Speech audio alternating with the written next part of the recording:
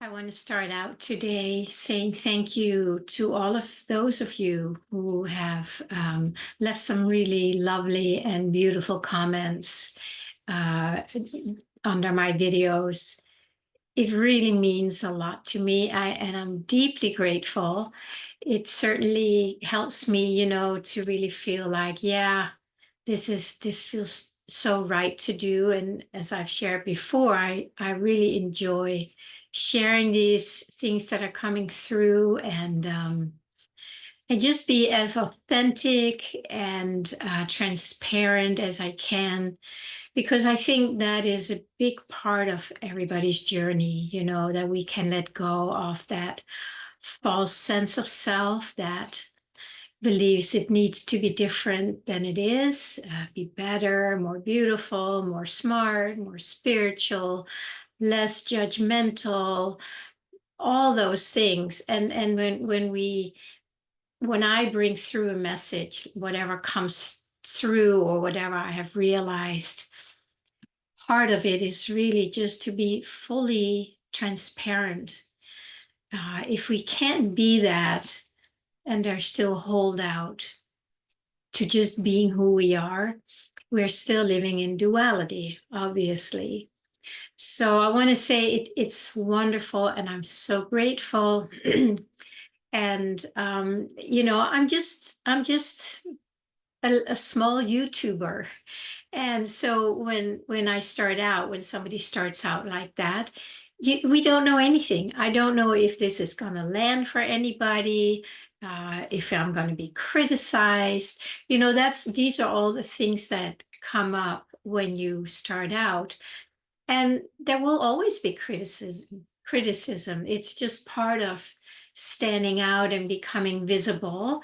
You are you're visible to both sides, and some really like to throw those tomatoes at you. I have not had hardly any of that, thank God.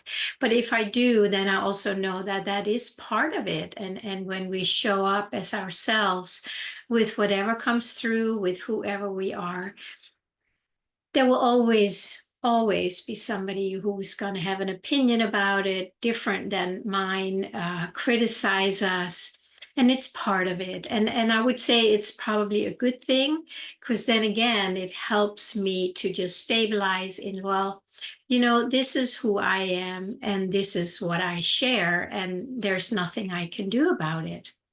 So anyway, that's just a little sharing and gratitude to all of you who take the time to comment. And please, if you haven't, please comment. I really receive them with an open heart. So now just back a little bit to what I talked about, the quotes that I use to, stay open and open up more to receive that which I already am. I want to just mention too that the whole reason for doing what I do, it is so that we can let go of what keeps pulling us out. Ideally, we would just rest as who we are. And that's the end of the story. And I also know that many spiritual teachings, there's a tendency to do the spiritual bypass, which I have also received a few comments about. Well, I call it a spiritual bypass. When, it's like, well, there is no self, and why, would you even blah, blah, blah. And that's all fine. There is probably a phase for that for some people, where it is maybe realized in the mind and not fully embodied. So it's a phase, and then we may think that this is it. And it right now it reminds me of a term that a spiritual teacher that I was with many years ago in Australia, his name was Barry Long, and he would start talking about that some people, they suffer from guruitis, right? That means that they walk around as if they're a guru and they're spewing truths, but it's not fully realized and fully embodied. And so he would say, when you see somebody who suffers from guruitis, you would just bolt, right? Let me get out of here. I don't want to hear that. And that's a common thing. But it is also a phase, and I welcome it all because everything needs to be met with an openness so it can be explored and let go of. So if you find yourself in that guruitis, enjoy it while it lasts. It probably won't last forever because, when you do kind of a mental spiritual bypass, we have to embody it. There are different stages of awakening, probably the mental, the heart, and the body, which I've heard before. And so for me, it's very much about kind of bridging that which I am with that which I'm not to bridge it as to make it reality, but to bridge it, to bring those pieces back home so they can also revel in the beauty and the fullness and the love of who we already are. So whatever I share here and ever do, calling myself a self-love mentor, that was the early stages because I could really see how self-love was such a missing piece for most people on the spiritual path. And there was a lot of the bypassing, and I shouldn't, we shouldn't feel like that, and I don't accept that. But then I came, it's like, no, we need to allow and make space for all of it. So we're not holding energy by trying to push it away. So whatever I share, I'm not sharing any absolute teaching or something. I'm not an absolutist in that sense. But I like to bridge it in a way so that that which is absolute in me, in you, in everyone, that can help undo where it's still locked in the matrix of duality. So that's why these beautiful quotes that I have used myself, and sometimes there's new ones coming in, like the one, the kingdom of heaven is spread all over the earth and man cannot see it. That has been with me for many, many years, but just recently it just really came back online, and just fills me. It just fills me.